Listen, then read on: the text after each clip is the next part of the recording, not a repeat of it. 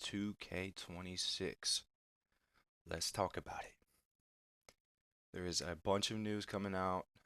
There's going to be more news coming out next week about my career.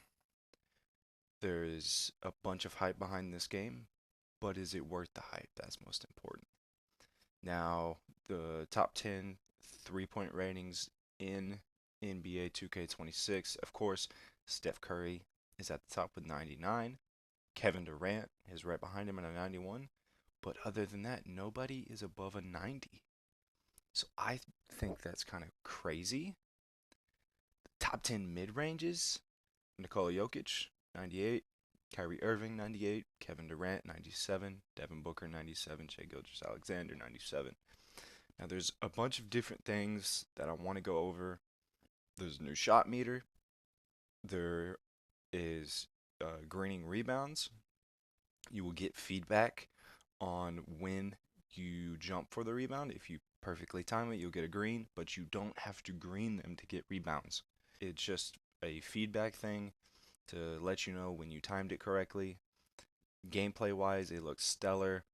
The trailer for my career story looks amazing. We saw a image of the first overall pick, Cooper Flag. Looks amazing.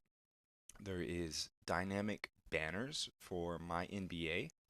So the banners will change according to what year, what team, and they'll actually hang in the arena. So that's amazing. There is my player DNA going into my NBA. You can take your my NBA player or your my player and put him into my NBA. That's amazing. There's going to be WNBA stars going into my team. So if you want to have Steph Curry and Caitlin Clark shooting the lights out on the same team, you can do that. They've said that there's going to be no RNG or no scripted gameplay.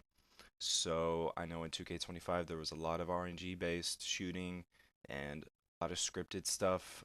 If the game wanted you to miss, you were going to miss. But this year it's very much skill based, so that's a huge W. There's going to be custom layup packages. Custom layup packages, we get to customize uh, what your player does in terms of going up for a layup.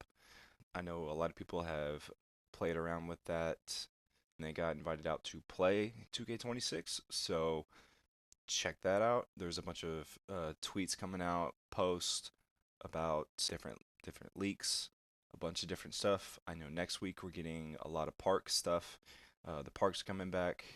It's going to be a full park. There's not going to be anything crazy. It's going to look like a normal park, which is amazing. And there's a new shot meter. And personally, I think the shot meter looks great. I think I'll probably have it turned off. They're bringing back the high risk, high reward stuff, which, so if you don't green your shot, it's gonna miss. And I think if you played 2K25 and you got the timing down, it's really great because you can green a lot more shots on high risk, high reward. Of course, there's Standard Edition, Superstar Edition, and the Leave No Doubt Edition. If you pre-order the Superstar Edition or the Leave No Doubt Edition, you get the game 7 days early, so you get to play it on August 29th.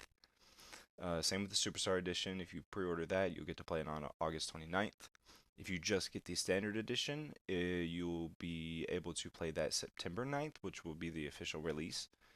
And I personally think that in the beta, if you pre-order it August 29th, everybody's pretty much going to be just beta testers, and then they're going to work out all those kinks and patch some stuff before the game's official release.